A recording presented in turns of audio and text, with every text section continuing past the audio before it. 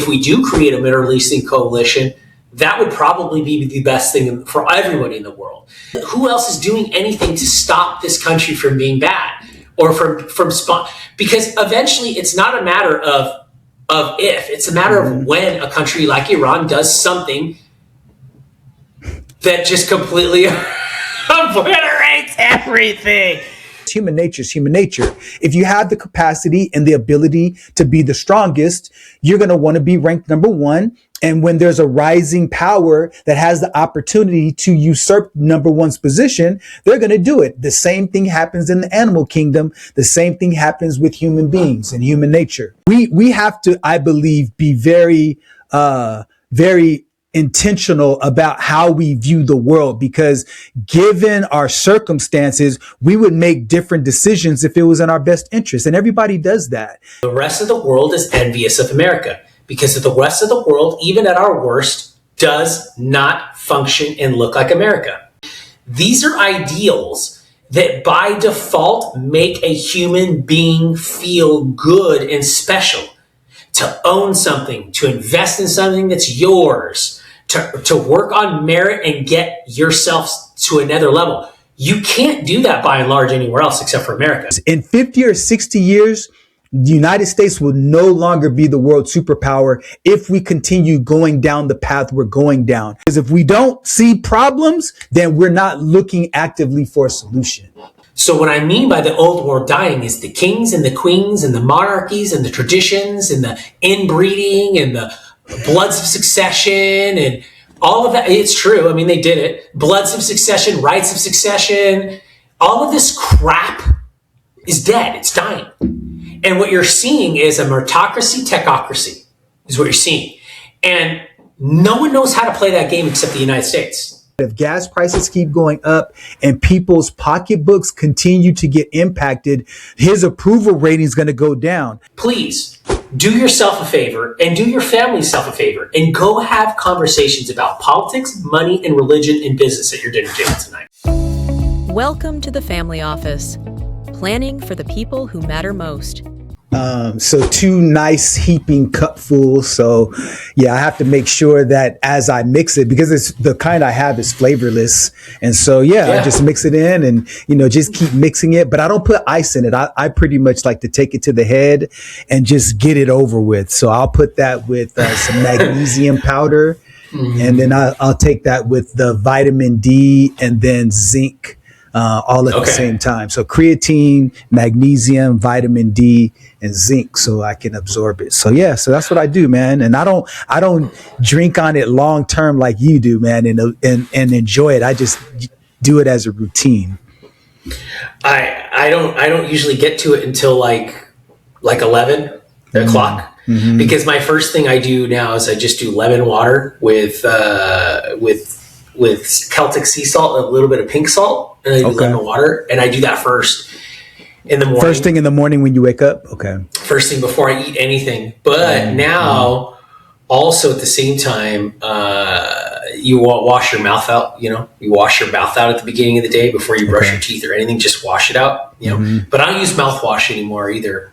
I use hydrogen peroxide, so I don't use... I don't do any of that anymore. Really? Okay. Yes, because what I've discovered is, because I like hydrogen peroxide, it kills everything in your mouth. The probiotics. Yeah.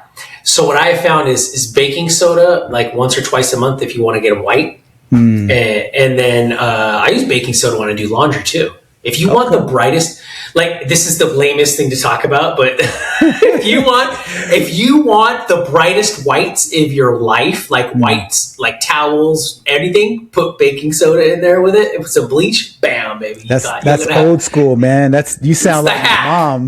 That's the hack right there. But I have found that if you do the creatine, how long have you been doing it for now? How long have you been dosing the creatine for? How many weeks? Only for about 3 weeks.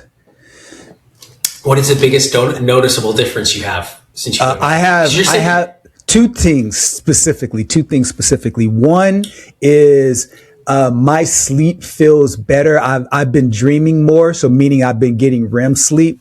And then also I've noticed since I've started lifting weights again that my endurance has gone up. So I can definitely see the progressive increase in the reps that I've been doing. So it's really, really helped in both of those areas noticeably, because when I remember sharing with you before, when I was lifting weights, I was also on a caloric deficit and I wasn't seeing any gains. So I was like, you know what, man, forget all of this. I'm not doing all of this to get no gains, even though my mindset at the wrong time was wrong, because I was doing it more out of vanity, more so than just muscle preservation.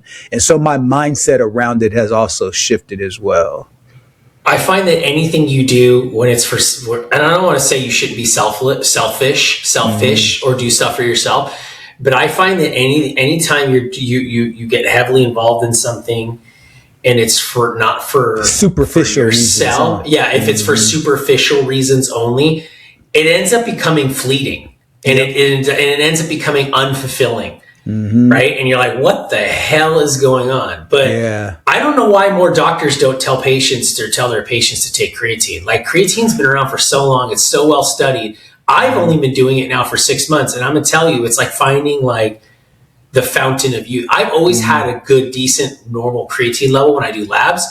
I'm curious to know what mine is now because I've been dosing creatine for almost a year now. And I'm about to do another lab set. So I'm curious to know what that looks like now, because I just, anything, 5 milligrams, it'll go to your muscles. And then usually around 10, anything 10 or more, it starts going, you start getting brain effect or brain, effects for your brain. And it's specifically for those people who are paranoid or want better memory function, want less brain fog, but also at the same time, they want to also, I'm not saying it prevents Alzheimer's, but it's something that can compound to help.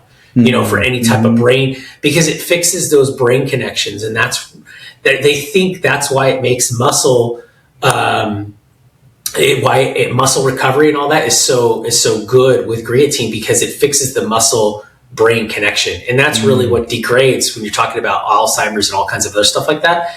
Is lean muscle does so much for your body that it's absolutely ridiculous that if you don't maintain lean muscle, it's like an instant death sentence, because it supports even down to endothelioma, blood pressure, glucose management.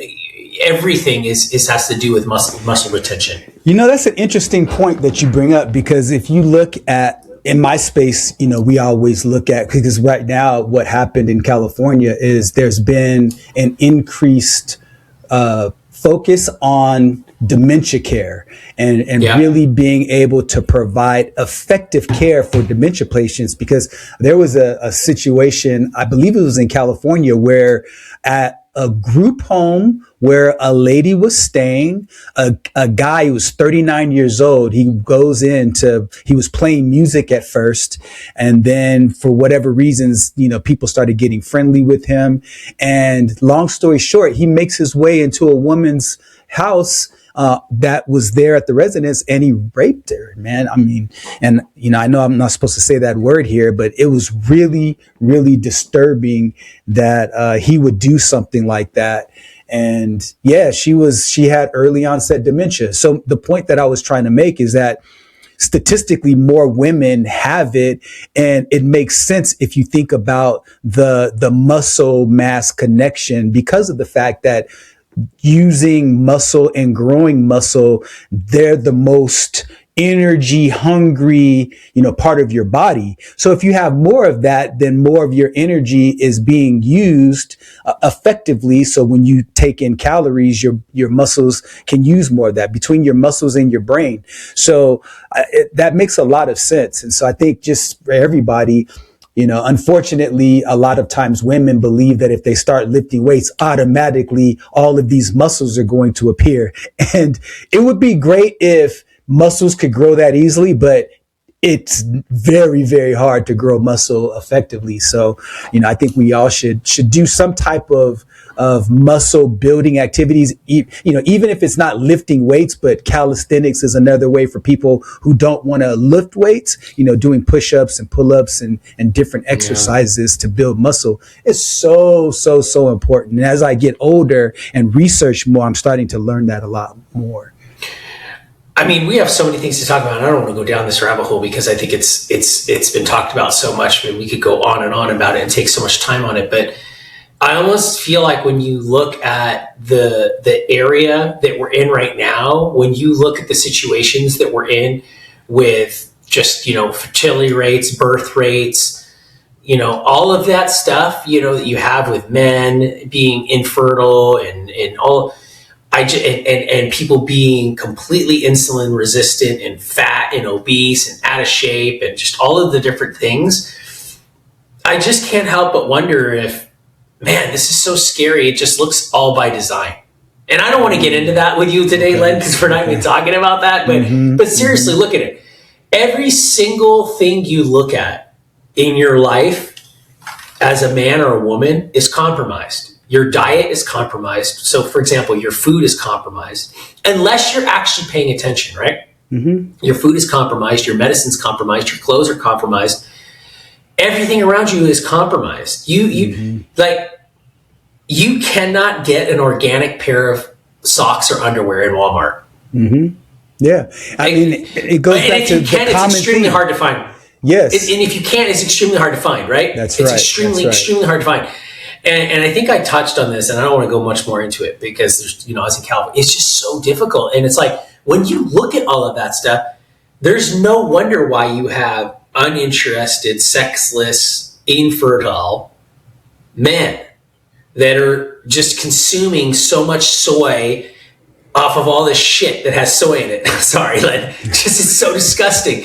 It's disgusting. And it's just gross, right? And I'm into this stuff, and I'm watching it. And then Sprouts just got had last week. I don't know if you know this or not, but Sprouts got had because they're sourcing their supposed good chicken, air chilled good chicken, from Tyson, and that's like the most disgusting place you can. That's like the McDonald's of the chicken world, right? So It's just crazy, but this is something that I'm surprised about. We can go right into it because I did not think it was going to go this way, but now it makes me even think even more that this crap, they were just expecting it now. And you're going to get what I mean right now here in a minute, Len, when I drop this on you, but it almost seems like everybody knew about this and everyone knew, and they were just, we're just waiting for the shoe to fall, and now we're just going to clean it up, and that is this Cesar Chavez drama. That broke late last week or mid last week. And the cleanup activity, or changing all the names, taking all the statues down, all this stuff. They're saying they should replace it with, what was his second in command that came out and completely blew the lid off of it? I can't remember. Dolores Huerta.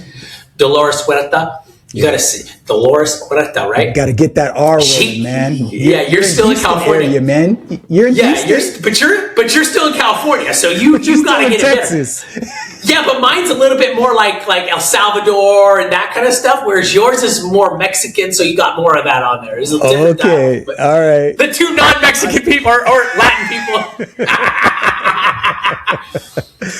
But yeah, it's really sad, almost man. expected. It's almost expected, Len. The cleanup and the defacing is too smooth for me, where it's like, yeah, he did it. Yeah, we knew it was happening. Let's just pass it over, clean it up. What are your thoughts on that? Because Cesar Chavez was massive. He was a pantheon as described by a lot of people. This is huge, especially if you grew up in Southern California. I don't know what, the 70s, 80s, 90s. This guy was everything. I remember studying him in school. Cesar Chavez. So when were you at with it? Because this guy is nasty, like Weinstein level nasty, like gross. What is going on here? Yeah, it hit me on a couple of levels because, especially being in California, one of the things that really happened for me is I got in politics, and when I was in college. And so I was part of African Student Alliance, and we were very closely connected to Mecha. And so I started learning about the farm workers' struggles. And I didn't eat grapes for like 5 years just because I was in solidarity. You know, it was uvas no. You were all in. Did I you have a was t-shirt all too? in, man. I didn't petition, but my addition to the struggle was to not eat grapes. And so I participated with my dollar. I exercised my voice with my dollar. And so I love grapes and I didn't eat them for a long time. And so, on another level, one of the school districts that I worked in, which was San Bernardino City Unified, there's a school named after Cesar Chavez. And then in the city where I grew up, it was in Riverside, California. There was a park named after him. And so that park used to be called Bobby Bonds, who was an African-American baseball player. And so as the population started to shift, the name of the park also changed names. And so there was some controversy around it, but it really wasn't too much of an issue because there was some baggage connected to Bobby Bonds Jr. because of the whole steroids thing. So because of that, the shift was like, okay, no big deal. But now, the same day the story broke, Cesar Chavez School, they boarded up the name of the school. They covered the pictures that had his face on it and everything like really quickly. And I just think because it's, this whole idea that is a bipartisan issue is when you're talking about, SA and you're talking about children and you're talking about violating them. That's a non-starter, and instantly you're going to be canceled, and rightfully so. And so I'm hurt by the fact that it happened because he's such a pantheon. I'm also, concerned. Like I wish that it would have come out earlier, but you can't blame her. She's older now. She has a right to her own privacy. She has a right to live her life. And it's just so many different thoughts that go through my head, but I'm really sad. But to answer your question directly, when you look at all the streets names that were being covered and all of this and happening so quickly, I just think because Weinstein, Epstein, and all of those issues have been such a hotbed and so divisive. When there's an opportunity for justice to be exercised, when the person who has come forth is also a person with tremendous credibility, she has 2 of his kids. And so with that, I think swift action was necessary. Where do you stand on the whole thing? So at first when we were talking about this and I was looking at it, and I understand the gravity of it just simply because I grew up in Southern California, so I know how much he was talked about, right? Mm-hmm. So I thought it was going to be, and it was just going to be this pushback and But now I'm looking at it going, dang, like whoever's in charge of this stuff, right? I mean, who even knows who's in charge of this stuff? I mean, who even knows? It's the person. I don't even know who's in charge of this stuff, and that's a lot of different entities. That's for real. That Len is even the bigger problem in the world today. Is nobody even knows who does anything anymore. Like these things that are rules and laws, like. We all ought to, I'm not saying and promoting anarchy in any sense or anything like that. I'm against that. Like you go to Louisiana, like New Orleans, there's some anarchy going on there. People don't even have license plates on their cars. It's crazy. I'm not saying that. But what I am saying is that we ought to all pick our heads up right now and really pay attention to the rules, laws, and regulations that have been minting down the last 20, 30 years, 40 years in this country, because I don't think the producers and the doers of the world, not the ones that are, I don't want to say the producers and the doers of the world. I want to say the majority of those people that don't question the system or don't question anything. I was one of them.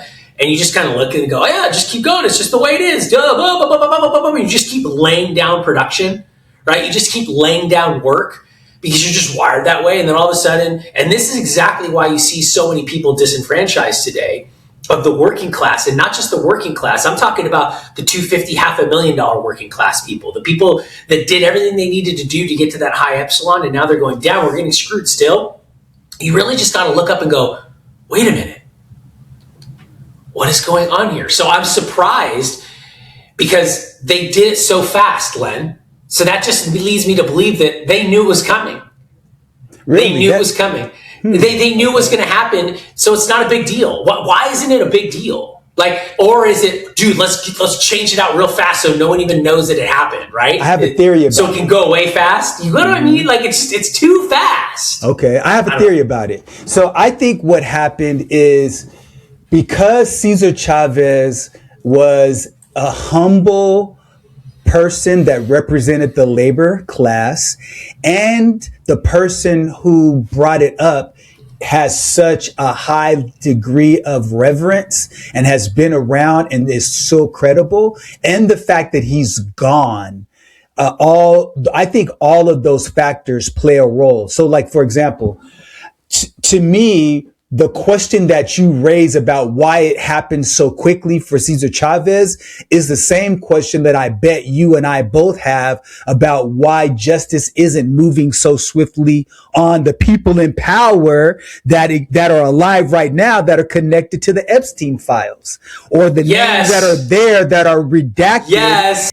You know what I'm saying? And so I think it has to deal with the fact that these people are still alive and they still have influence and they still have power, and the power of the purse to influence and make moves is still relevant. And so therefore, economies shift because of the tectonic changes that could happen if these people are outed. Whereas Cesar Chavez, he's dead.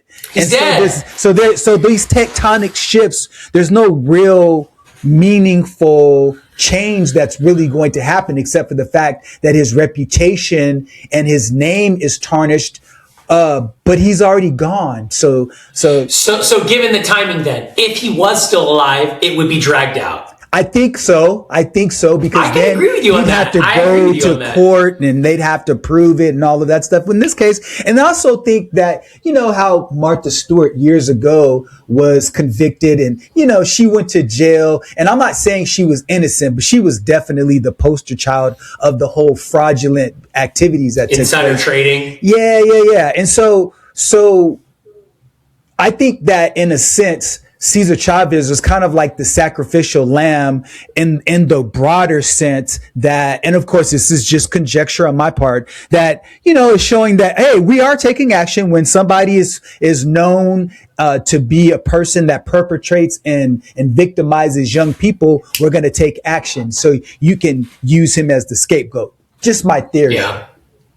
Well, however it may be, I just think that, again, it's not inspiring to see it, because you just consistently see the same pattern, which is these people who were leaders held in high esteem. Yes. But then at the same time, we're witnessing their frailty and their humanity. And we maybe we ought not to sit back and go, oh my God, I can't believe it. Maybe we go, well, he is human. He is human. Not to say that, because again, I don't want to, there are a lot of victims. I'm sure there are a lot of 100%. Young women that were victims of his, and young men or whomever. I mean, who knows? I mean, if you go one way, usually you go the other way. That's usually how they all are. Yeah. They're sitting here right now going, oh my God, right?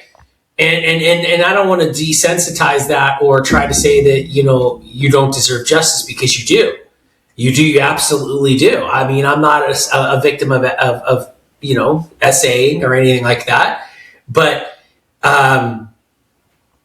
it's just, I can't believe it, because you're like, who's next? Who's next? And then you look at the elected officials that we have in office right now, like the circus show that Pam Bondi's doing with the Justice Department, and then it's hard not to loop her into the same category as Karen Bass, who's cruising around doing parades like she's JFK in LA while the city is burning down around her.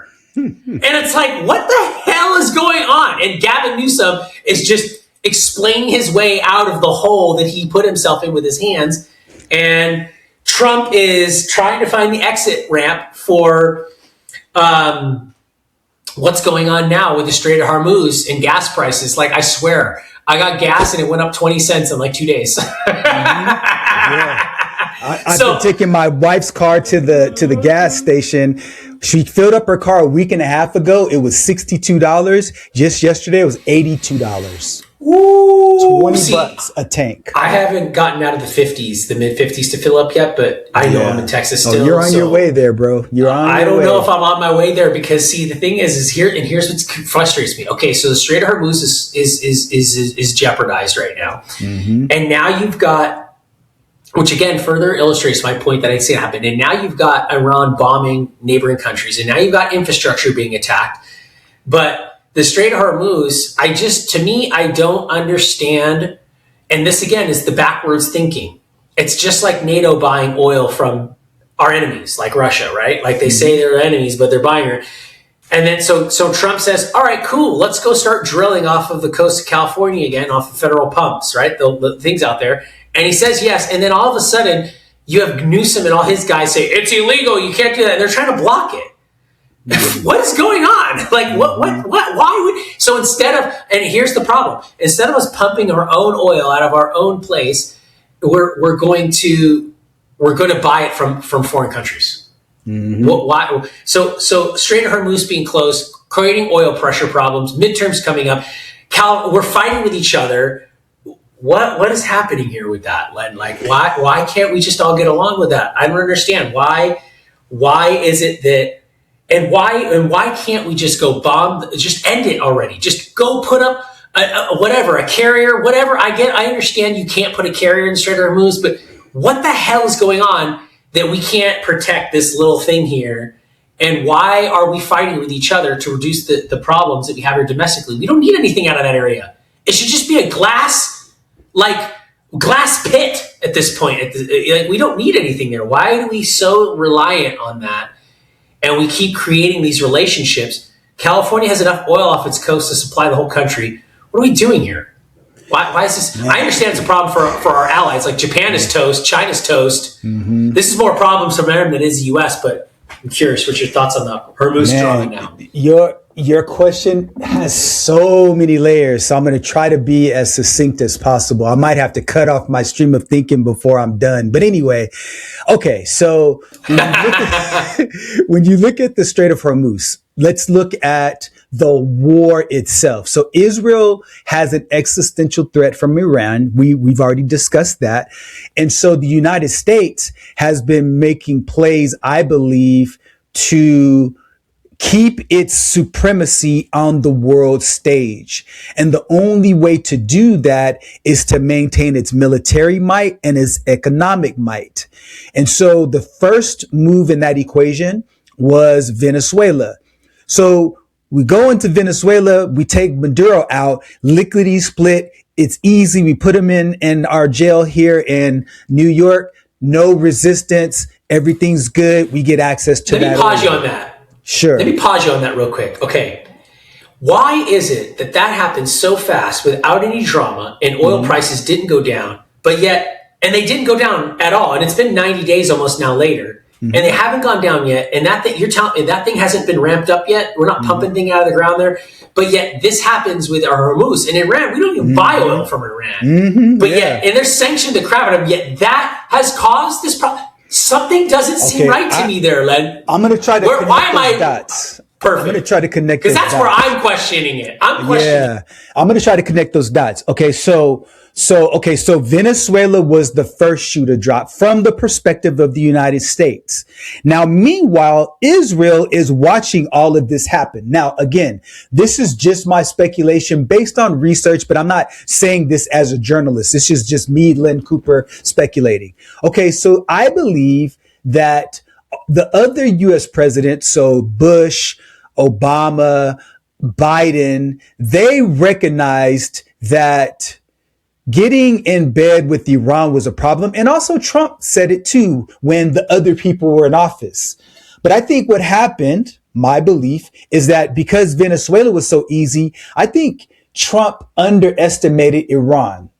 And so when Israel recognized this, they decided to go and bomb Iran and drug the United States into it. And we said, okay, well, since we were able to take care of Venezuela so quickly and we bombed Iran 6 months ago in June and rendered their nuclear capabilities defunct, we can go in and do it again. And I can declare victory, get in, do a massive attack, get out, and we're good. I think that was a major strategic error. He underestimated Iran's response. Now, so he goes in, and now Iran's like, look, we were at the negotiating table. You continue to bomb us. Now we're going to retaliate. So Bahrain, UAE, Qatar, all of those U.S. bases on all those places get targeted. There was a recent report that came out that suggests that Iran has bombing capabilities that go out as far as, I believe, 4,000 kilometers, whereas before it was 2,000 kilometers. Now, that's only speculation right now. It hasn't been proven, but there's suggestions about that, which means that puts pretty much all of NATO in danger potentially. Okay, let's take that. Let's put a pin in it for a second. Now, you've got the Strait of Hormuz that's here. Okay, here's the problem is that because there's a narrow passage that's only 23 miles wide, you've got a real bottleneck because 20% of the oil pass through there every day. Now, I believe, coming back to Venezuela and making this connection, I believe that Trump felt like, okay, we can still support Israel and hurt China at the same time, because a lot of that oil goes to China. That allows us to maintain our economic supremacy. Now, here was the fatal error, in my opinion. I believe that Trump and the United States did not believe that Iran was going to respond the way that it did, especially when their leader was killed and 40 of the other people were killed. I don't think they understood that they had a diffuse mechanism of power where they can continue to act even when the head of the snake's cut off. Because even if his son is disabled or whatnot, that's not stopping Iran, because they already know they've been preparing for this. So now you have these miniature boats that can go up and down the Strait of Hormuz and says, look, we're going to go ahead and allow China to come in and come out. And because of that, we can continue to sell them, oil and things like that. So I'll wrap up my point and I'll let you jump in. So that's the reason why Trump just sent out a tweet saying, hey, Iran, if you don't cease, all of this, we're going to bomb you into oblivion. And then he kind of steps back and says, hey, we're doing pretty good. Negotiations are starting to come alive again and everything, because all he's doing is controlling the propaganda machine. Because here's the thing, Chris, every country will always operate in its own self-interest. So if things start to get worse, where those countries that are democratically run cannot get oil through the Strait of Hormuz, and now electricity starts to turn off vis-a-vis Cuba, people that are in a democratically elected republic will rise up and they'll tear that place down. So if it's between protecting and supporting the United States or keeping their own doors where they can continue to maintain power in their own country, they're going to do what they can to do that. They're not more concerned about the United States in their own country. And so that's the reason why this is a really big problem, because with all the mines in the Strait of Hormuz and that small little choke point, the United States can't financially afford to police that area. So all these little speedboats, it creates that asymmetric warfare. There's so many more layers that I could go in, Chris, but I'll stop right there. We are in a quagmire because it's very easy to start a war. It's very difficult to get out and get out of it in a way that's unscathed. If Trump stopped right now, all Iran has to do, last statement, all Iran has to do is keep doing things to provoke us. We'll have to go back. We're not done by a long shot. I think what's going to happen here with this, and I only think this way because I'm bullish on Trump. And so far from what I see, he hasn't made any massive fatal errors yet in anything he's done. No, I think everything's totally disagree. But I know you disagree with that. I know you do. I think, and the only reason why I say this is because I've watched him I've watched him a long time. I mean, everybody has, but I've really watched him since 2015, 2016, when he ran for president the first time and he won. And I watched how he responded after he lost in 2020. I'll just say he lost. I'm not into that crowd that says, the election was stolen, but the numbers were weird. The math was weird, and we can all agree on that. Yeah, the voting numbers changed only for that election. They only went like this, and then they went back down. It's just weird. I think we can so both argue that there's so weird things that happen. It's just so weird, right? Yeah, hanging chads and all of those things. Yeah, it's kind of almost like the 1,500% increase in hospice care needed in LA under Gavin Newsom and Karen Bass's watch. But don't worry, Karen Bass is in the back of that limousine doing parades like she's some upstanding, qualified politician. When in reality, she shouldn't even be charged to be. Karen Bass shouldn't even be able to be allowed to be a PTA president at this point. Oh, come on! She's so Chris. Disqualified. Come on, Len, Chris. come on! Let's stay. Let's stay on topic. Yes, let's stay on topic because I always love to get on these. My yes, favorite you people. do. You love Karen and you love Gavin. I love Karen. We're talking Iran and we're talking Trump. I love Pelosi. I love Schumer. I love all these guys. So. Here's what I think is going to happen, and I think it's already happening. The Gulf states are looking at this, and the Gulf states know that Trump is daddy. They know it. They already know. And the Gulf states are mostly selfish states, meaning if they can get richer and they can get more powerful, they're going to like that. Dubai likes to be Dubai. Qatar likes to be Qatar. Saudi Arabia likes to be Saudi Arabia. So the list goes on and so on and so forth. And what I mean by that, Len, is that Trump has already showed NATO what we're going to do in our position, right? NATO is NATO. So what I think Trump is going to do is he's going to go here in this area of Middle East, and he's already done favors and he's already made deals, and we all know he's really good at making deals, especially with Saudi Arabia and all those guys. He's done it before.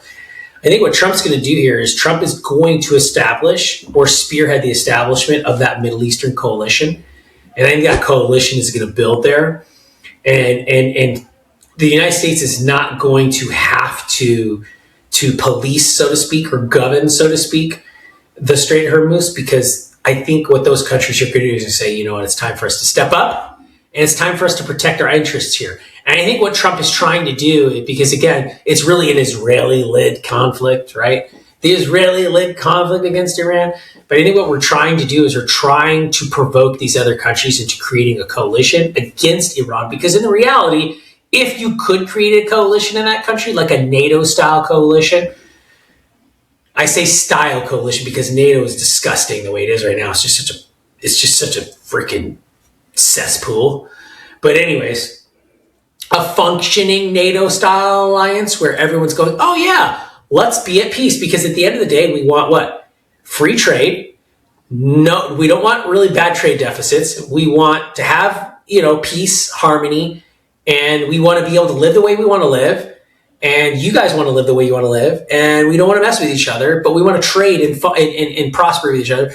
I think that's what you're going to see here. And that's pretty much why he is who he is, I think, and that might be just a little bit too much sugarcoating it for him, because he does have a lot of work to do, and I don't know how he's going to pull it off. But someone like Trump always pulls it off because that's what he does. He's been doing it all his life. So I think the thing that makes most sense to get out of this war, because you're absolutely right, Len, wars are easy to start, they're hard to get out of. I mean, look at Russia. Russia did not think it was going to have a hard time in Ukraine, and it's still there. 4 years. Is it really 4 years? No, it's not, is it? 4 years. Yep. Bro. Yeah. No. Keep cooking. I'm going to tell you right now when it started. Bro. Keep talking. I'm going to tell you right now. Right? When did the war... Russia-Ukraine. Okay. In Ukraine. Russia-Ukraine war. Curious February 24th, 2022. Okay, so 3, 4, 5. Wow, it is 4 years. Ouch. Okay. But here's the problem. Here's the reason why Ukraine and Russia war still go on. There is no coalition because NATO's lazy. Ooh, so okay. and NATO's lazy. And correct me if I'm wrong, Len, but NATO's only response was, well, just let them be part of NATO. That's not the answer. That's the exact reason why Russia's mad. They don't want Ukraine to be a part of NATO. That would be a major snap. Yeah, Ukraine wants to be. They want to be part of NATO, but that's not going to happen. Ukraine wants to. Of course, Ukraine wants to. That'll never happen. So the difference here is that you have an inactive, unproactive NATO alliance that should be fixing that Russian-Ukraine war thing, but they're not, because that's their area of the world. We fixed Venezuela like that, right? And what happened? That's preserving and protecting balance and peace in our hemisphere. The next problem we have to deal with is we have to figure out how to deal with Mexico not being able to govern its country because it's pretty much governed by cartels, which is fine. I mean, it's always been that way, but now it seems to be even more so. But what's going to happen in the Middle East is you'll see that coalition come online. And ultimately, if you can create that type of coalition, Len, I think that's where you will see this war go like this. And Trump will be able to bow the United States out and go, hey, here you guys go. And we'll give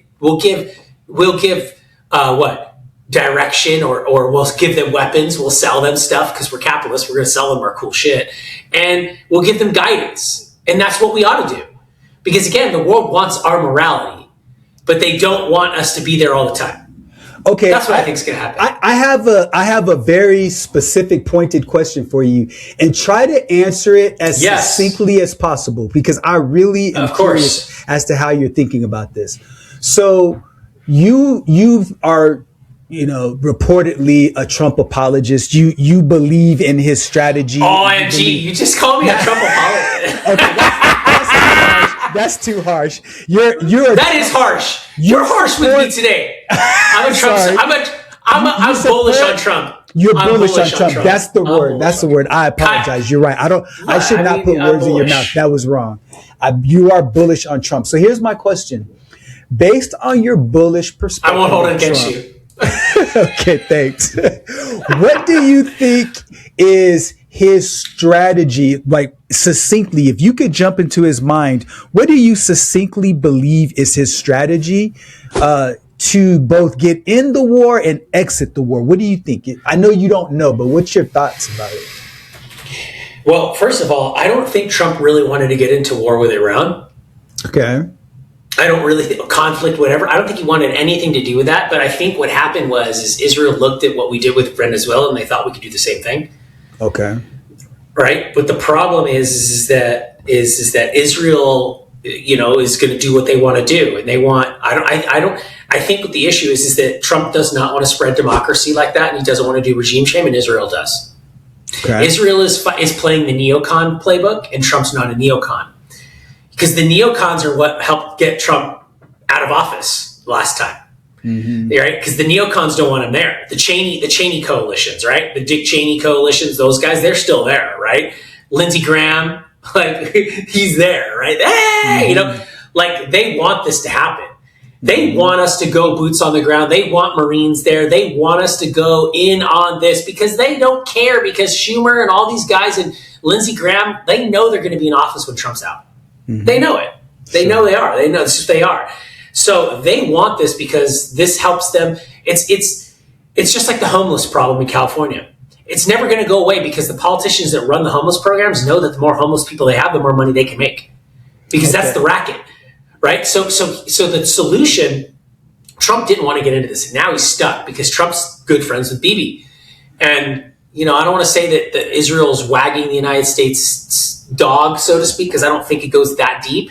But I do think there's a lot of influence there. Mm-hmm. But I think Trump got into it, and Trump's like, and he's frustrated with it because Trump does not want distractions. And I think that he's got to find a way to make this work and to get out of it and to make himself look clean and squeaky clean. And I think the easiest way for him to do that is to create a Middle Eastern coalition.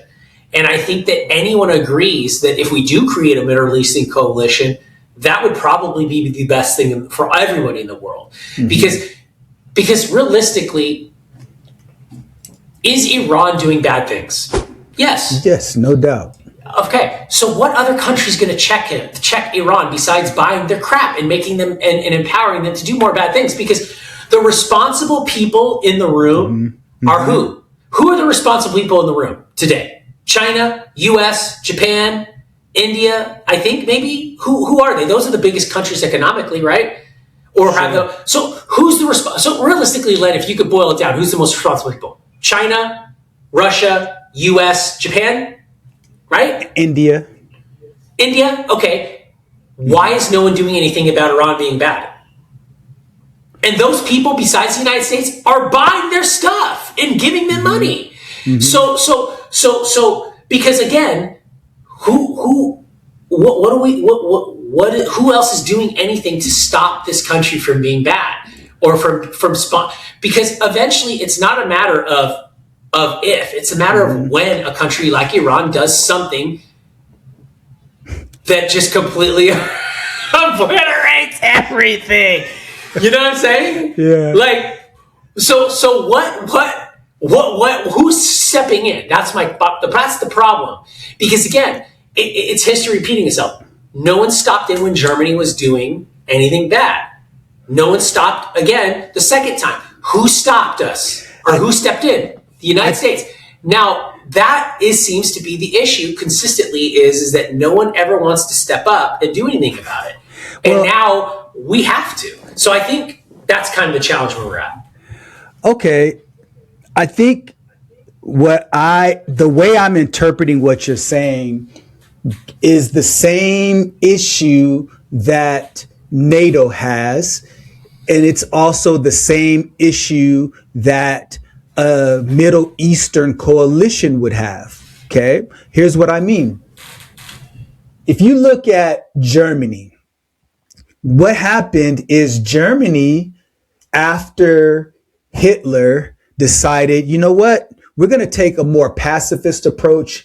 You had not the Berlin Conference, but you had the Bretton Woods, and where you had the United States become the world superpower. You had Britain now come, number two. And then, then over time you had the Cold War, and the Cold War ends.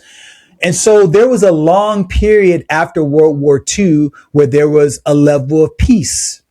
And so so you had about 9 nations that had nuclear power, but because there was so much peace going around, I think countries got a false sense of security, believing that because we saw the horrors of war, that human beings were going to automatically stop being might makes right and, bullying other people. I think there's only a certain period of time that can happen, because human nature is human nature. If you have the capacity and the ability to be the strongest, you're going to want to be ranked number one. And when there's a rising power that has the opportunity to usurp number one's position, they're going to do it. The same thing happens in the animal kingdom. The same thing happens with human beings and human nature. So along those lines, Chris, you had Germany that took a pacifist approach. So they're the largest economy in Europe, but yet they don't have a very strong military anymore. Now they're recognizing with this Russia-Ukraine conflict that they have to start increasing their military capabilities. And so all of these other NATO countries, they don't really have a strong military. So because of that, the United States took on the position of, because the United States is number one, we're going to have the strongest military, and they all relied on the United States to kind of be the one to police the world because of the military strength. Okay. So when you talk about the fact that NATO is weak, they're not weak because they want to be weak and they're scared. They're weak because militarily they can't do anything. Because, like, think about it. Imagine Poland tries to go and stop Russia. Russia will squash Poland like a little bug. Imagine Britain or Italy or Belgium, or France. Like, France has they have a decent army, but they don't compare at all to Russia. So understanding that any one of them acting unilaterally has no chance. So they understand that as long as the United States is an ally, they don't have to really bolster their military strength, because after the war, they didn't really need that. Okay. Now, let's go over to the Middle East. You have Saudi Arabia, Bahrain, you have Qatar, you have the UAE, you have Saudi Arabia. I think I mentioned them before. None of them have any military might. They've got weaponry, they've got, different, armaments, but they don't have any real military might. So they are looking to establish a coalition with the United States because they need protection from Iran. They can't by themselves protect themselves. Iran has a much bigger military capacity. And one of the reasons why is because they took an isolationist approach. So because of that, they knew that they couldn't rely on the United States to provide them armaments. They wanted death to America. So the UAE and all of, what we would call the Middle East lack military might, and NATO lacks military strength. So all of them are relying on the United States. So because of that, ultimately, if they have a chance where the United States decided to fall and it was more prudent with them to partner with somebody else, they do it in a heartbeat. And so would we. And so we have to, I believe, be very, very intentional about how we view the world, because given our circumstances, we would make different decisions if it was in our best interest. And everybody does that. And so I don't think we should fault other countries for acting in their own best interest.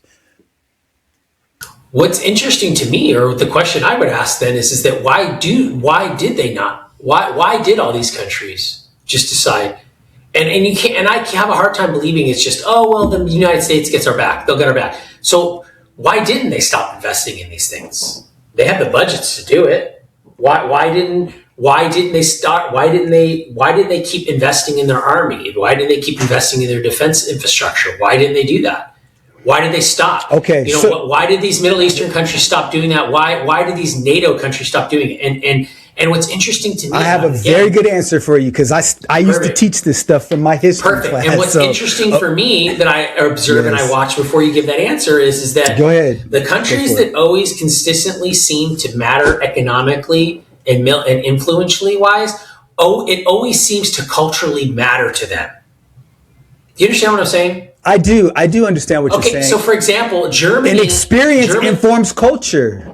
So, yes. So for example, Germany was a world aggressor at a couple points in history. Correct. But Germany, for some reason, there's this very, very tight, proud culture there, German culture, right? It's still there. You still most likely... I find it hard to believe that you go to Germany, there are not pockets of people that are still leaned. And I'm not saying they're part of the Third Reich or anything, but they lean on that heavy populist movement, right? That was that very small percentage. Very small, but it's still percentage. German pride is still German pride. It's Germany for a reason. This is the reason why it's the most powerful country in NATO, or not in NATO, but in Europe, right? The UK, Britain, it mattered. It always mattered. Look, World War II, World War I, every country fell except for what? Britain, because it matters. It matters to them. There's something there. Russia, it matters to them. China, it matters. Japan, it matters. It matters. US, it matters. You see, I don't think it matters to any of these other countries. They'll, whatever. They'll just lay down Sally anytime they get an opportunity to. I don't see it like that. Just do it. So why did these countries purposely then de-arm themselves? Okay. Like they didn't think this was going to be a problem later? Like, what's going on here? Okay. You know what I mean? It's a good question, and it's a fair question. And I think that if you view the world through cause and effect, if you look at the world through that lens and take a logical approach to it, I think it becomes easier to answer. So I'll give you what I believe is the reason. So when you look at World War I and World War II, both of those conflicts were waged in Europe and in Japan, but mostly in Europe. France, Germany, a lot of those countries, in England. And what happened? Denmark, Poland, Russia. All of those areas, right? And North Africa. Yes. But I would say the most The most damage caused in the continent was in Europe. And what they realized caused World War I and World War II. Effect. People died in large numbers. Men, women, children, people who fought in the war. Their infrastructure was decimated. Their economy was decimated. The United States remained unscathed because we were across the ocean. And so because of that, that's how the United States was able to rise to power. They were able to keep an economy going because they were making planes and trains and automobiles and, machinery and artillery and shipping it over. And so people had to go to work to do that. Women were going to work and they were, and this economy was thriving during that time. There were no bombs dropped. There were no buildings that were crushed. Nothing happened. And so because of that, by simple sheer geography, the United States rose to power. And so when these countries in Europe sees all of this blood and famine and economic ruin, having to rebuild from the ashes, they say, you know what? We don't like this. There has to be another way to do that. And that's why they decided, you know what? We're going to take more of a pacifist approach, because this aggressive approach, it doesn't serve our best long-term interest for survival. And that's the reason. So in the course of that cause and effect tectonic shift, the United States was able to say, hey, we're the number one. And so then we adopt this mentality that goes along with that. So Russia wasn't really impacted that much. So they were able to continue to build. So back then they were the USSR. So a lot of those other countries that now, like Romania was part of the USSR, Poland was part of it, Czechoslovakia, a lot of those, Belarus, Georgia, they were part of the USSR, Ukraine. So I could keep going. But so what happened is, a lot of that part of the region, the Eastern European countries, they weren't impacted like that as well. So Russia, being the largest geographically, they have rare earth minerals, they have oil. So they're able to have a large economy, and they made the smart move, which was, we're going to have nuclear weaponry. And they had advanced science, because when they sent Sputnik to the atmosphere, that was also the same science behind being able to establish a nuclear weapon. Because once Oppenheimer made that discovery from Albert Einstein's E=mc² and all the things that came out of that, all you needed was, you've got the chemical makeup to create all of this dynamic reaction and what happens with nuclear fission. And now you've got the weaponry, the rocket power to take that any part of the world. Now you've got this mix where if they build it, now they can say, you know what? You mess with us, we will blow you off the face of the earth. So nobody wants to mess with them. So you have all of these factors, Chris, that work in tandem with each other. It wasn't just, we just want to be pacifists just because. It was cause and effect. And if you go back and you connect those dots, it all makes perfect sense. China wasn't connected, so they had the ability to continue to build and build. And China's never been the world's aggressor. If you think about it, the United States, we've been the world's aggressor in terms of, policing the world. They've been building and stockpiling all of this time. So I could keep going on and talk about it for another hour, but succinctly, that's kind of the reason why these different places had that certain mindset. I don't think the United States has been the world's aggressor for that long. I think the United States has been the world's aggressor since post-World War II. Okay.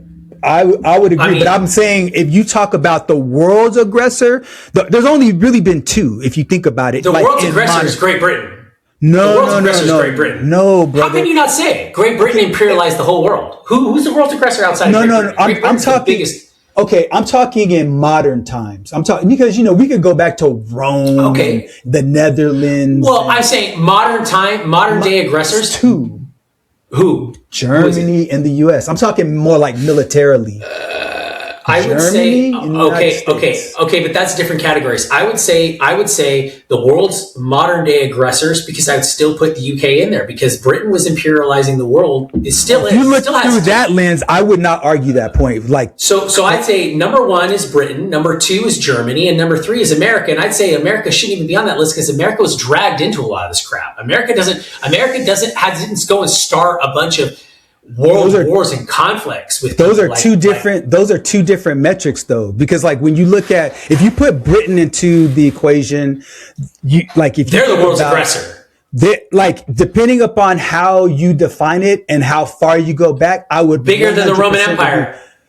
Yes, if you go back years and years, because after Rome fell, and then you had the Dark Ages, and then you had Great Britain that emerged, and then they go and colonize parts of Africa and stuff like that. From that perspective, 100% in alignment with you. What I'm talking about as it relates to being a world's aggressor, I'm talking more modern times and using military might, like in modern day weaponry, to establish its military prowess. That's how I'm defining it. So I'm defining it very narrowly.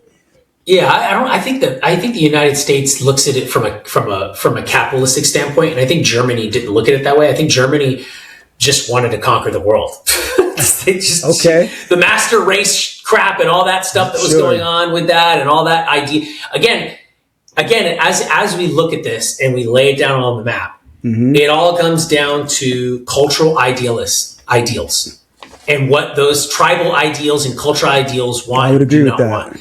And I would say that out of all of them, I'd say the United States, and again, I'm not trying to defend the United States, but out of anything in the world that has been an imperialist or an aggressor, or however you want to label it, or policing, war, the United States, I think, has done it in the least amount, where we're not trying to come and decimate you or take your shit or anything like that, or come live in your place. You're just doing stuff that's going to impact us. So if you do stuff that's going to impact us, we're going to get you. And that's all there really is to it, because here's the reality behind it. I don't care what anybody says, and I'm firm on this point, Len, and you've heard me say it again. The rest of the world is envious of America, because the rest of the world, even at our worst, does not function and look like America. It doesn't. It just simply doesn't. You can walk down the best street in UK, in London, it's shit compared to America. Same thing for Germany, same thing for Dubai, same thing for all these countries. You can do it. Heck, you could probably go to Singapore and Thailand, and it's probably more cleaner and more beautiful and safer, but you don't have the autonomy and the agency that you have in America, the freedom to do it. You can't start a business, you can't own a business, you can't create wealth, you can't own property. These are ideals that by default make a human being feel good and special. To own something, to invest in something that's yours, to work on merit and get yourself to another level. You can't do that by and large anywhere else except for America. So when it all boils down to it, I don't care what anyone says. You look at the numbers, Len. There's more millionaires, more billionaires. 80% of the world's innovation still comes from America. That's I mean, true. think about it. That part's the internet, true. America, Hollywood, America. Look, if you go, when you go to all these other countries, even China, where these young Xennials and people in America that are so in love, oh my God, it's so advanced. No, it's not. We've been doing this since 1940, dude. So, but here's the problem.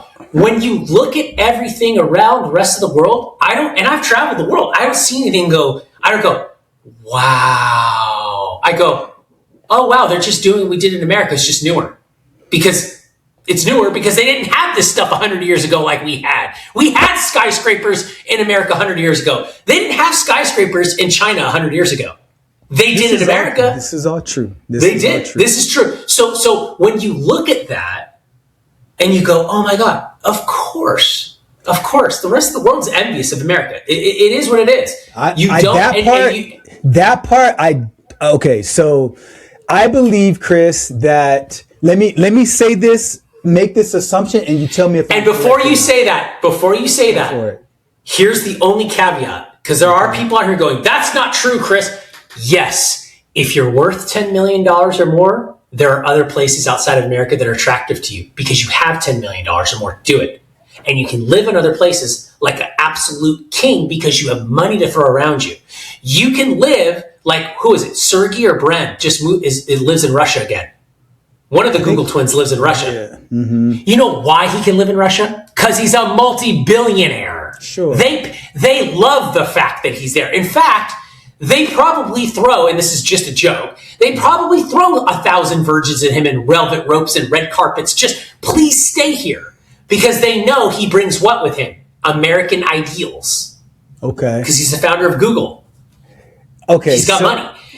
So this is what I'm hearing, and tell me if my assumptions are right or wrong. Yes. Because I can only make assumptions based on my interpretation of your worldview. Because then if we're making arguments from, different assumptions, then that's where we can go off the rails. So sure. What I'm hearing you say is that your worldview is that the United States is the envy of the world, and the reason why is because of capitalism and the ideals that are espoused in the United States.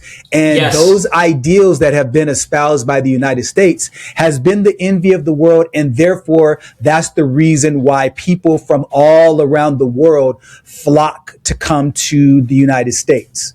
Is that a fair assumption? Yes. Okay. And you can't deny, because even Japan was a monarchy as well during World War II. You can't deny that a lot of these monarchs sat back in their gold fleeced chairs in velvet robes and sat back and went, I'm so sick of this America crap. We have all of these wars and conflicts in Europe and all over the world, and they don't have to deal with any of it because they're ocean locked. I'm so sick of these Americans. So sick of them. You're so envious. If only we should have never sold that land to them. We should, all the time.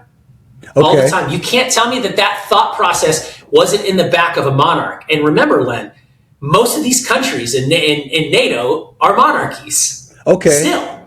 All right. So and monarchs are what? Ego. Okay. So if you look at that if you look at what's going on in the world right now, I believe in the last 3 to 5 years, don't quote me on the exact timeline, but I know for sure in the last 2 years, in the last year, more Americans for the first time have left the United States than have come. Then you could say, okay, that's because Trump's immigration policies are working. Fair point. Was any of them Hollywood elites? I believe that you're over-indexing for other countries' lack of innovation. So, for example, what happened and what led to China, like if you go to places like... China's not an innovator. China's not an innovator. But here's the point though, Chris. You know who is an innovator? Hold on. Let me make this point. What happened in China is they learned. So when Deng Xiaoping took over, he recognized that opening their borders and allowing capitalism to integrate their economic philosophy is what gave rise to their economic superpower position right now. And so they did a lot of business with the United States. And so there are whole cities that are much more progressive and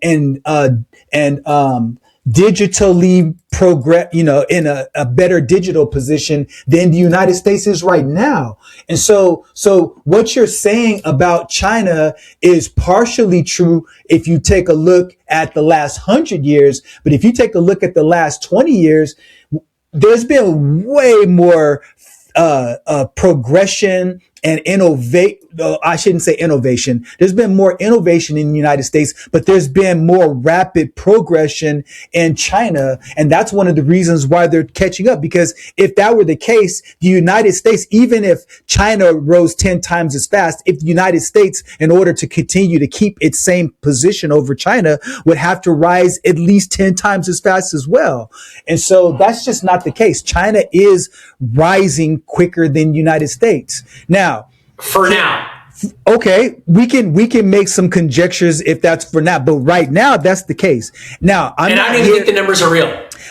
Okay, but this is what I want to do. So I really, really do want to do this. I want you and I to take a trip to China, and I want us to go to these different places, man, where you can see the innovation with your own eyes. Now, I'm not here as a proponent of China. All I'm here is a one that desires to examine the world through cause and effect, and to look at and observe truth. And I'm willing to question my own assumptions, because that's the only way for me. That's my only desire, is to learn truth. And when we leave China, I believe that your perspective will change. If you look at places like, to your point, a lot of expats go to places like Portugal. They go to Georgia because the cost of living is so great. And in Portugal, the temperature there is like California. So there's like other places that are desirable to live in retirement. So to your point, the reason why the United States is still number one as it relates to a destination is because it's still the best place for upward mobility. I will not argue that point with you. My only point of contention with what you said is that I don't believe that the United States is still the envy of the world in the way that it was back in the 50s, 60s, all the way up, I would say, even through the 2010s. I believe that the U.S. position as the envy of the world is on a decline. And I only say that for this reason, Chris, and I'll turn it back over to you to respond. I believe that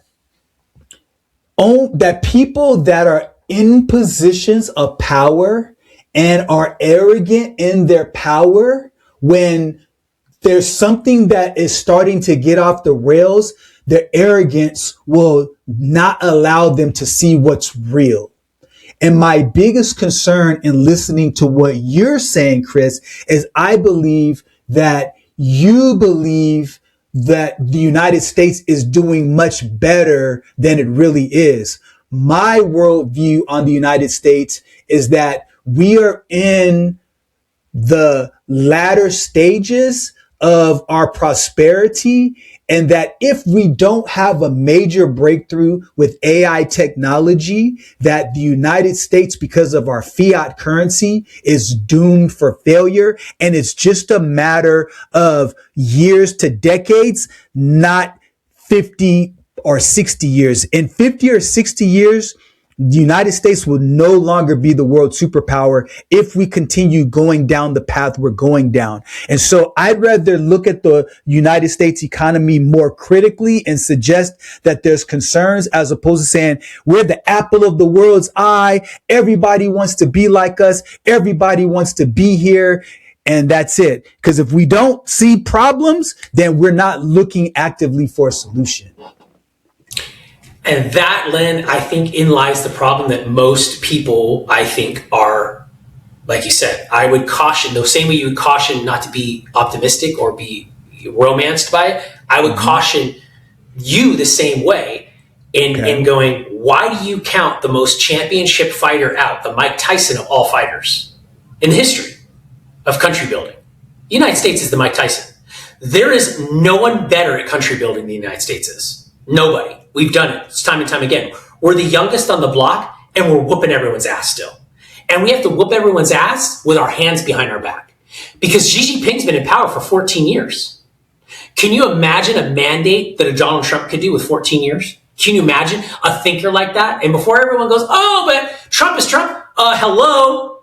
Xi Jinping is the same as Trump. Xi Jinping is a Trump. He's just Chinese. So Xi Jinping has carte blanche to do whatever he wants in a manipulated system. And I don't buy the argument of the fiat currency, because if we are on a fiat currency, so is China. If our fiat currency is fiat, Len, China's fiat currency is 10x more fiat than ours, because they manipulate our number. They manipulate the numbers. That's true. Okay, right. So if we die by the sword, why wouldn't China have to die by the same sword?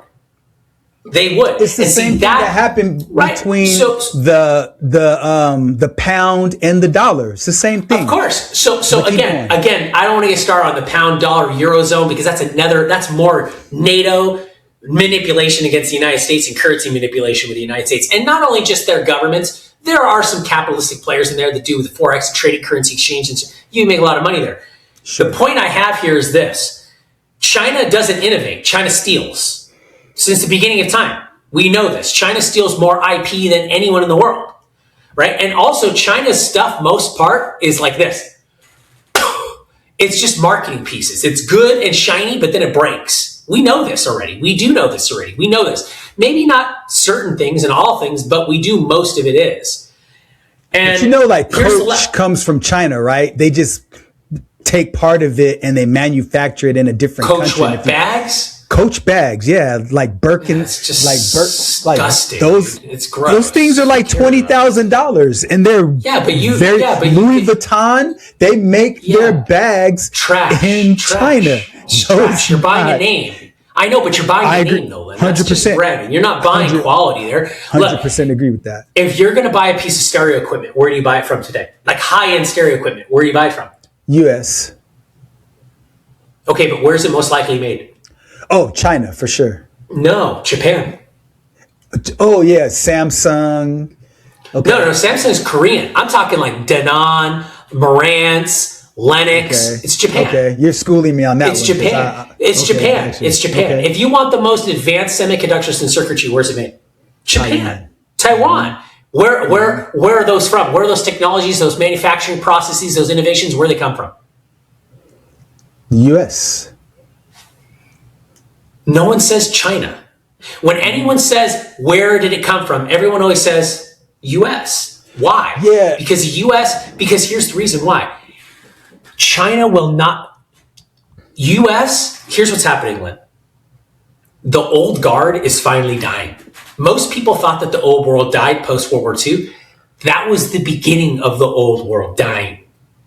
So what I mean by the old world dying is the kings and the queens and the monarchies and the traditions and the inbreeding and the bloods of succession and all of that. It's true. I mean, they did it. Bloods of succession, rights of succession, all of this crap is dead. It's dying. And what you're seeing is a meritocracy, techocracy is what you're seeing. And no one knows how to play that game except the United States. No one does, because we invented that game. And what's happening is all these powers slowly dripping away and going away.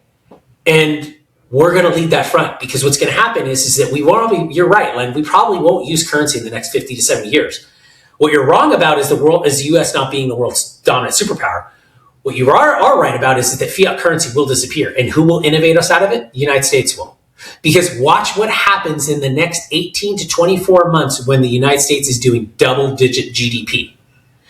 And if the United States could just get off its ass and unlock the barriers that we put ourselves on for the last 40 years with the rules and the regulations and the laws, and all we have to do is look at California as an example, to the political gridlock that we have. Even New York, DC, California, Washington. You look at all those states, Len, all we got to do is look at all those states and go, yep, that's where we went wrong. That's where the United States went wrong. The United States is very wealthy.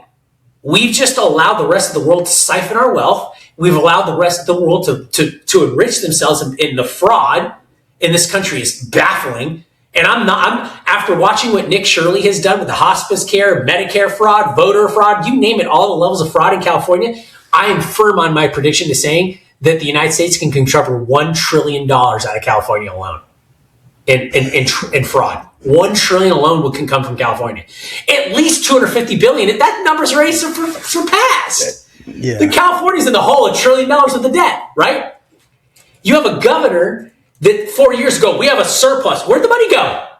Where's the money? Where'd it all go? Right now, 4 years into debt, the whole world's in debt. China's in debt too. And China made the biggest mistake of its life by doing the restricting population growth and building their infrastructure the way they did. Because while it is impressive, Len, to see the manufacturing, the way it's done with all cities and stuff, like, you want toy cars, go to this section, and that's what they build there, right? It's massive. It's crazy. That's for the old world, though.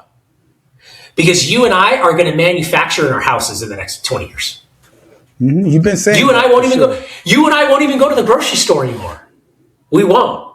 We won't, because it'll all be here. Like the Jetsons thing is coming. It's already here. So watch when we turn completely, like when the world went from industrial revolution or agrarian to industrial revolution, that's going to 100x when we go to technocracy and meritocracy combined. And that's where the United States is going to dominate, because we won't use money anymore. We'll use United States credits. How's that for one thing? I think there'll be something on the blockchain. I believe that in a big way. Yes. I do agree with you there. And I do agree that the United States is definitely on the forefront of technological innovation. I do believe that China is very, very close on our heels. Now, I do too. I'm not saying they're a slouch. I'm not saying they're not a slouch. I'm not saying. I believe you believe that. I just believe that you think that the United States has this dramatic, insurmountable lead on the rest of the world, and I don't. I think that our lead is 10 to 15 years pessimistically, 25 to 40 years optimistically. That's the worldview from which I agree that I operate. And so my only concern is, like back in the 90s, I remember people believing that flying cars would have been here by now, by 2025. And so my only concern with how you're processing everything is that sometimes innovation doesn't happen as quickly. Now, where we are to align with your argument that technological innovation is faster than it's ever been in the history of the world. So your argument has credence, no doubt about it. If you're wrong and we don't jump on the blockchain and we don't outgrow our debt issue through growing innovation and double-digit GDP rises, we're screwed. And I want to make this last point and get your thoughts about this and see how you're thinking. So with everything going on right now, to tie this back full circle back to the war, right now, Trump has a 41% approval rating. And since the start of the war, that hasn't really shifted that much. Like it hasn't taken a nosedive or anything like that. Here's my hypothesis. I want to get your thoughts about it. Right now, there are 45 Democratic seats in the Senate, 2 independent, so that's 47.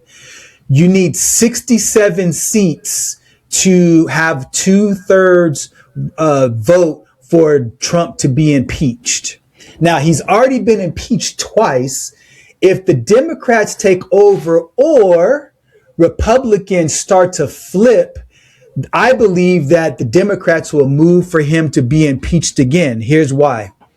I believe with the war that's been waged and also the Epstein files that have been suppressed, if any of that stuff comes out and there's any legitimate proof, even if right now, today, he were to get impeached, it wouldn't mean anything because his approval rating's high. So here's the central hypothesis that I have.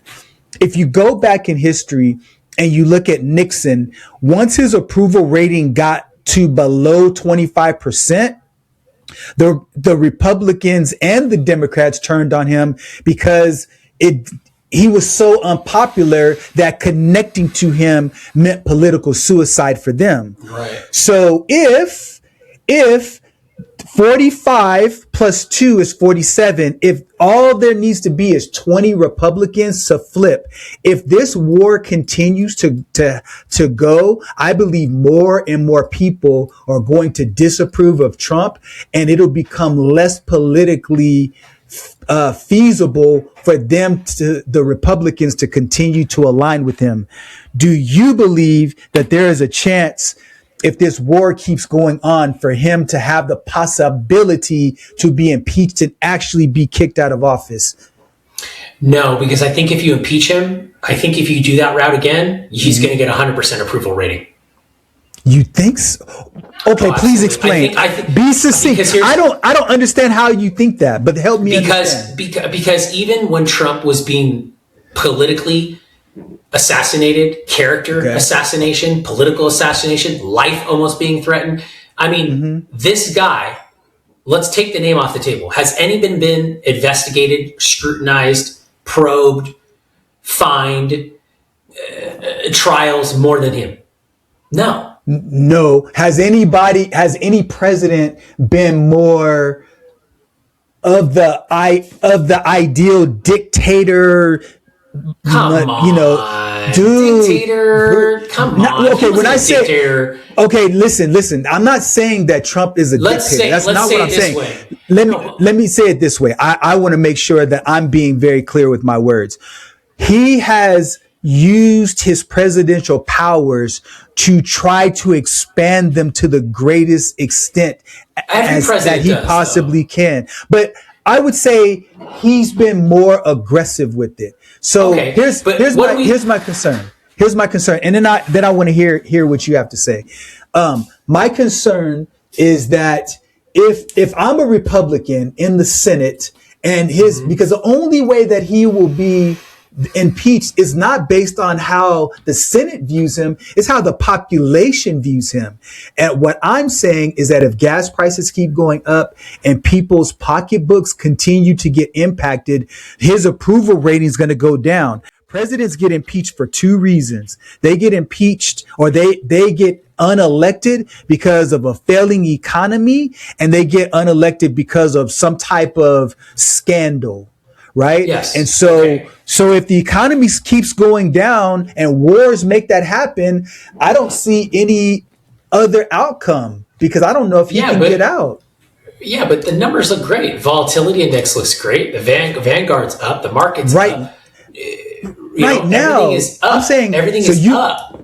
So you think if this war continues to go on, Chris, that's going to stay that way? I don't think it's going to go up. I don't. Well, here's the thing. The market's going to go up regardless, even if we stay in war, because wars create markets. Wars create markets. So I think the war, here's the thing. And I don't lose my point. on this. We're gonna mark this, man, because we're gonna mark this. We're gonna keep receipts on this one. Keep going. You said impeach, right? Yes. What do Americans hate? You said scandals, all that stuff. Bill Clinton was having. No. Oh, hold on. But he was popular. I understand that, but look, Bill Clinton had the similar approval rating as Trump right now. So Bill Clinton. We all want to talk about. We always want to bring it right, but we always want. But I'm going to wrap it up for you. We always want to make this argument against Trump, like he's this evil person, so he deserved to be. That's what we were just talking about. That wasn't my point. No. Okay, but he was impeached. Okay, but then let me just address the impeachment thing then. Okay. He is not the type of. Every president tries to expand their power. And I don't think Trump tries to expand his power outside of the rules that he has, the terms that he can operate within. Right? Look, Trump is popular. He's going to remain popular, and here's why. He's going to exit ramp this war. I think he's going to do it. Prices are going to continue to go down. The numbers in the economy look good. People are spending money. And again, Michael Burry came out really bullish on his prediction in November, October, September. Nothing happened. NVIDIA just released 2 rounds of record-breaking earnings now since that Michael Burry prediction. 2. The Green Machine, still. 2. Still going strong. Okay, cool. I'm not in the world of financial services that I like to be, I'm on the conservative side, Len, you know that. But the market's still growing. The economy's still growing. Walmart's still packed. Americans are still making money. The fraud is being found out. The streets are getting cleaned up. People feel more safe. America is back, dude. And the reason why we don't feel that way, Len, is because the rest of the world is not. The rest of the world is still crying about shit. Still. Look, you are in a bubble, the war gets the war. I don't think so. Yes, I don't think so. I don't thinking it. Only time will tell. So we're going Here's to why I'm this. not We're gonna thinking play it. Here's why I'm receipts. not thinking it.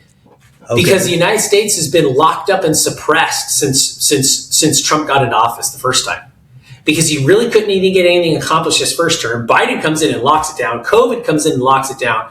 The United States finally has only been breathing for 1 year. The United States hasn't been able to breathe since Obama got out of office. It's been like this. It's had a proverbial leg on its neck because Trump was handcuffed. And if Trump gets impeached, Len, that's 70% approval rating. 70% approval rating because every American is going to relate to him and go, dude, what did he do? No, brother. And gets back to my point of this. You're going to kick Trump out of office for what? Clinton did far worse. Biden did far worse. And so did Obama. Okay. Oh, my gosh. Okay. What did Trump do that's worse than any of those guys? Let me explain. What a disgrace to... Wait, hold on, Len. You say this a lot. You say, what a disgrace to the office of the president. Yeah. What are you talking about, dude? Bill Clinton is getting interviewed. Bill Clinton is in deposition for his Epstein ties, and he's flirting with Macy, the senator, Congresswoman Macy, as he's doing it. What a sicko, dude. He disgraced the office of the president by banging Monica Lewinsky on the freaking Resolute desk. Sorry, viewers, that's not the word to say. Okay. But you want to talk about shaming the office of the president? Okay. So he broke the rule of marriage. He was married to Hillary Clinton and he had extramarital affairs and then lied about it in the Oval Office on the Resolute desk and lied about it. Trump didn't do that. Okay. Oh, by the way, Biden had crack cocaine in the White House. We were doing white powder in the White House during the Biden administration. I never. So you want to talk about the? What do you mean they found the drugs? They found the cocaine. I'm not saying I disagree with you. I'm just saying I never heard that. So okay. Yeah, so it happened let's look at a couple 2 or 3 of things. years ago. Okay, let's look at a couple of things. Go ahead, make your. Okay, look. You got to understand this, Chris. Okay. I'm listening, Len, and we're almost out of time. Yes, this will be in the last point, and we'll wrap up, and you can feel like you can react to it any way you want. Okay. Okay, I'm ready. The only thing that impeachment does is you have to have 2/3 of the vote from the Senate. So you need 67 or more votes in order for them to convict to be able to get the president out of the office. So when Trump was impeached twice, there was not a majority vote to get him out of office, right? From the Senate. Now, the reason why that is, Chris, is because Trump was popular. The same reason why Clinton was able to stay in office, because you couldn't get a supermajority of the votes. With Nixon, on the other hand, he only had a 24% approval rating. So all of the Republicans that were in office were saying, I'm not hitching my wagon to this dude. Mm-hmm. He's not popular. You know, the Watergate scandal and the cover up and all, you know, the decoupling of the dollar and like all of these things that were connected to his name. They didn't want to be connected with that. If Trump were impeached today, nothing would happen. So it would just be his third impeachment. Who cares? Here's the crux of it, Chris. What I'm saying is that the difference this time is that war in World War I and World War II was different because it ushered in manufacturing. This war, this time with Iran is different because we're not going to manufacture our way out of it because we're in a completely different era. And so people in America are affected emotionally based on what's going on economically. So if oil prices go up, transportation goes up, which means food prices go up and gas prices go up. If that continues to happen and we realize that Trump ran on no more wars, but he voluntarily went to war. Every American needs to watch this clip. Our interest, I think, very much is in not going to war with Iran. They said, he will start a war. I'm not going to start a war. I'm going to stop wars. A war with Iran would make the war in Iraq look like a cakewalk. Our president will start a war with Iran because he has absolutely no ability to negotiate. He's weak and he's ineffective. I've been a recovering neocon for 6 years now. Like the foolishness with which we ricocheted around the world, intervening, think it was in our best interest, when really we just overturned the table and created something worse. You're not going to have a war with me, and you're not going to have a third world war with me. That I can tell you. A vote for Donald Trump is a vote for a man who wants to end wars, not start them. I was the first president in decades who started no new wars. We don't need the wars. Foreign lands, countries you've never heard of, countries that don't even want us there. President Trump, as he says all the time, and as a lot of people recognize, is a president of peace. We want to have good relationships with everybody. I am the candidate of peace. I am peace. President Trump is the peace president. We've spent $8 trillion in the Middle East, and we're not fixing our roads in this country. How stupid is it? We've got to stop Donald Trump from starting a war with Iran. We should have never been in Iraq. We have destabilized the Middle East. I certainly empathize with Americans who are exhausted after 25 years of foreign entanglements in the Middle East. I understand the concern, but the difference is that back then we had dumb presidents, and now we have a president who actually knows how to accomplish America's national security objectives. People, I believe, over time, right now, it's not hitting us. Over time, people are going to say Trump led us to war, and we disapprove of that fact. And when that disapproval goes down, the Republicans that are outside of his, hardcore MAGA constituency will flip. I have a list of 20 people. If things go bad, will likely turn on him. I think there's 5 that are ready to flip on him right now. So is it likely? Probably not. But if this war continues to go on and he becomes increasingly more unpopular, it's not politically expedient for the constituencies in those states to stay connected to him. So if he stays popular, this is a moot conversation. There's no purpose even having it. I'm saying that I believe, as I'm saying, the war is going to go on longer. You think he's going to exit. So let's mark this on March 23rd, 2026. We're going to see over time, does this war continue to go on? Because whoever thought that Ukraine and Russia would be fighting for 4 years? Not in a million years. I thought it was going to be 2 weeks, 2 months max. 4 years later, we're not going to be able to get out of this war, Chris. I hope. But this is not Russia and Ukraine. This is not Russia and Ukraine. I agree. And Iran is not Iraq or Venezuela either. And it's very different set of circumstances. I hope you're right, Chris. I really do. Here's the difference. Ukraine and Russia are now at war just to get money. They know it.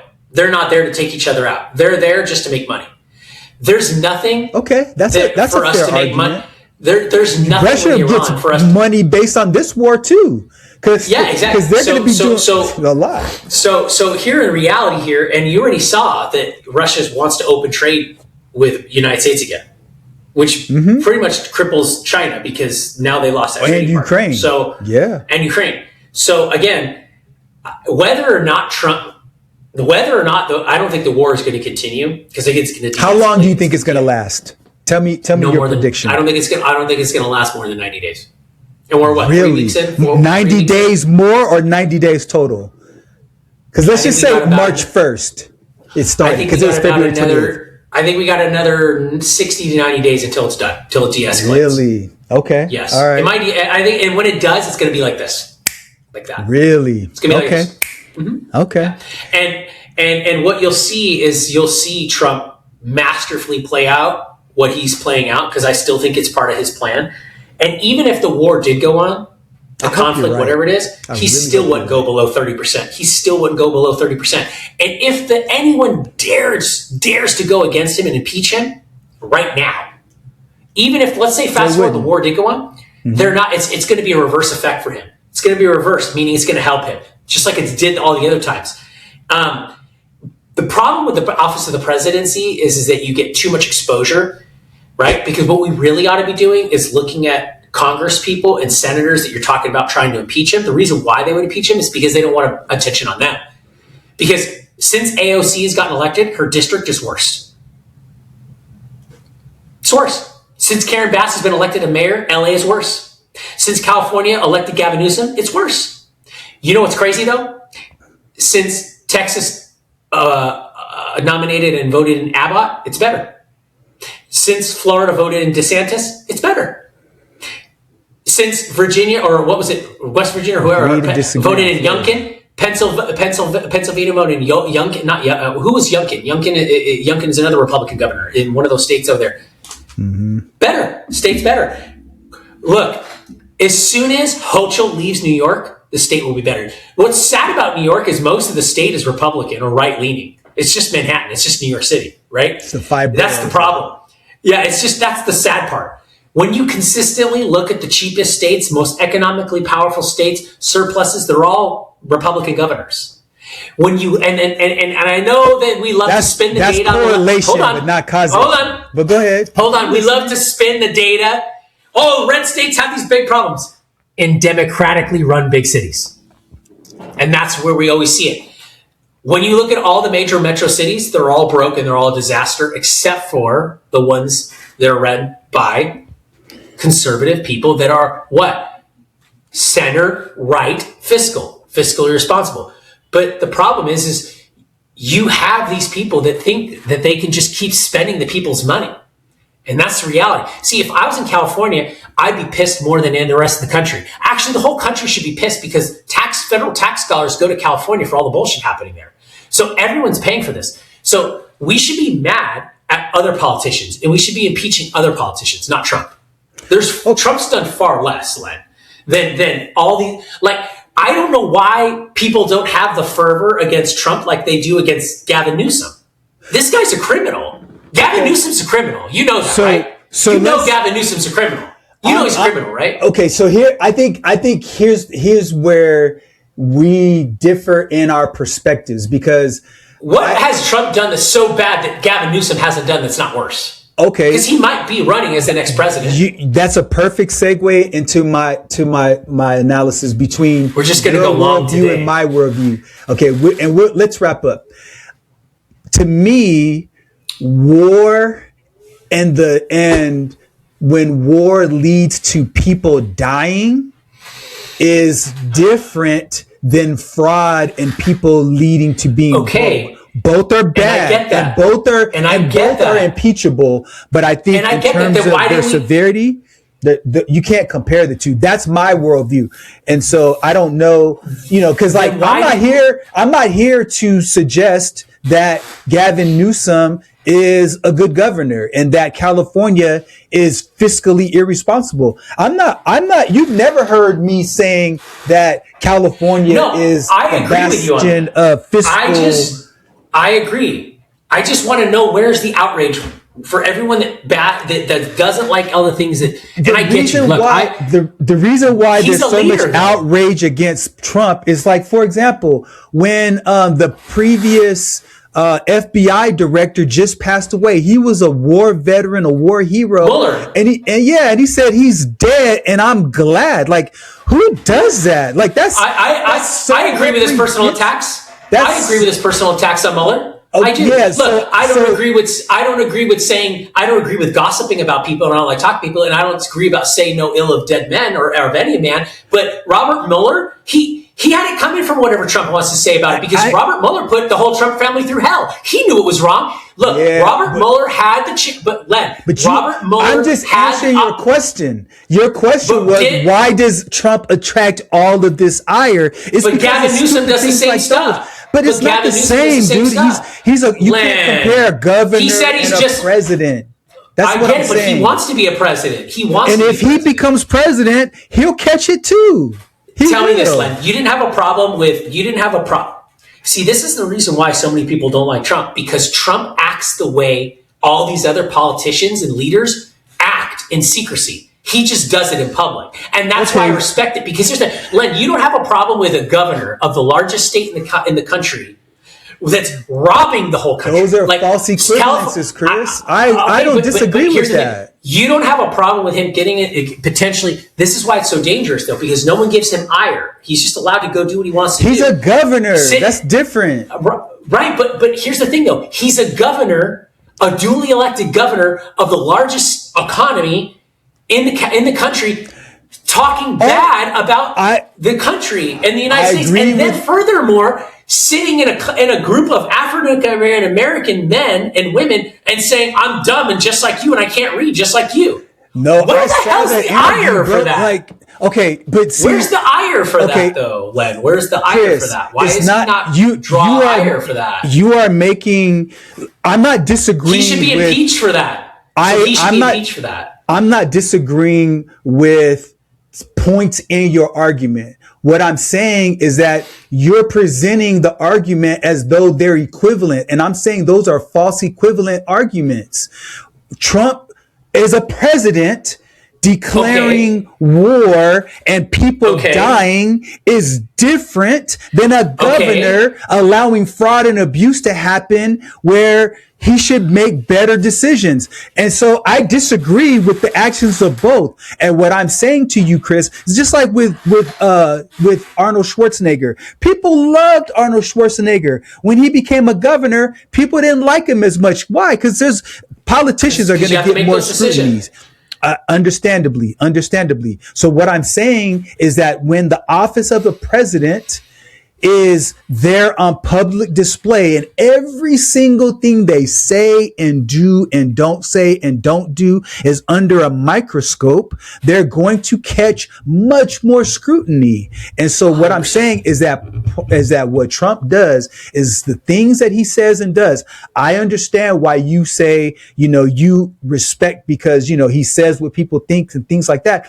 But all I'm saying is that you'll never hear me say that every decision he makes is bad. Everything he does is bad. I'm not a never Trumper. I'm not that guy. What I am saying, though, is that the things he says and things he does often is so reprehensible for the office of the president. There should be a different level of decorum and a different level of what you say and what you do. You gotta be more presidential. And again, I know that your worldview is, look, I'd rather have somebody say things that are a bit offensive. If it moves the country in the right direction, so be it. And I just think there can be a little bit of both. And so we could continue going back and forth. And I agree with you on that. I agree with you solely on that. But again, Obama did stuff too. He waged war. He bombed and killed people. They all did. But the problem is that we don't hold all of these guys past to the coals as much as we do Trump. Because he brings it on himself. If Trump were more, but Trump, I don't think so. If Trump was more here's the thing: if Trump was more politically correct, I don't want that. I, as a voter, don't want that. You know why? Because being politically correct, Len, has gotten us in a lot of trouble. Yeah, being politically correct has gotten us in a lot of trouble. And I think I agree with that. Where I do say it is look, I don't want to agree with the thing with Iran. Trump needs to be a little bit more respectful. Because I am that way. I don't want to look. You shouldn't The other day, he has Japan in there, and he said, someone asked him about not being secretive, and he goes, Japan knows more about secrets than anything.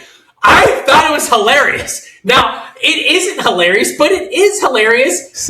But here's the thing. But here, hold on. But that same lady, she was the PM, right? She was the prime minister. Mm-hmm. Did you see how hilariously she laughed when she was walking down the hallway and she seen the picture of Biden's portrait as president, the auto pen? She freaking busted up laughing because everyone knows it's the truth. Just like everyone in the room went, ooh, it's a little below bet when everybody knows it's the truth. Everyone knows it's the truth. Just like everyone knows it's the truth. Here's the biggest, scariest thing though. The people that, and I'm not saying this is you, Len, by any stretch, because I know you're not there. This is not you. But the vast majority of the people that rake, I'm not even going to say it, never mind.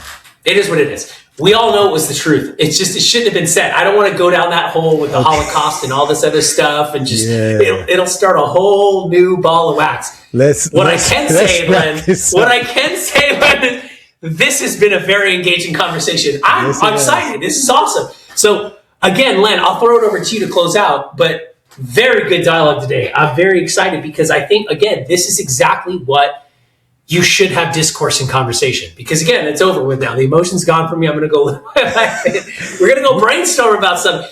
It's over. Man. But this is a conversation you should be having. So I encourage everybody, before I throw it to Len to close this out, please do yourself a favor and do your family self a favor and go have conversations about politics, money, and religion and business at your dinner table tonight. Because all the people that live the lives, and maybe you don't want to live that life and you don't care about materialistic things, you just want sovereignty, you want personal sovereignty, you need to have those conversations with yourself and your kids. Because if you don't, the people that do have those conversations will either take whatever's left on the table that you didn't get, or they'll steal it from you. I agree. And the only thing that I would add to that is to have those conversations also with people in whom you disagree. Because what it does is when you're having that conversation, it forces you to do two things. It forces you to sharpen your argument so you can articulate your point. And it also, if you are engaging with somebody that you care about, you will listen diligently because you're not judging what they're saying. You're not judging them. You're only judging the merits of their argument. And so no matter how much you see Chris and I go back and forth as you're watching this, Chris will never make judgments about me as a person based on my argument. I'll never make judgments of him as a person based on his arguments. I judge his argument. He judges my argument, and we can agree to disagree. We'll agree on some points and we'll disagree on others, and we'll call it the day. And when he's in my town, we're going to have lunch. And when I'm in his town, we're going to have lunch and we're going to hang out. Yep. And so we need to do more of that. And we need to engage in these types of important conversations that we hold dear to ourselves so we can learn more and understand better. And so with that being said, I hope that all of you have a fantastic rest of your day. Be sure to comment, like, and subscribe. Until next time, take care. Conversation has given you clarity on your next steps. Please share this episode with someone who's walking the same path.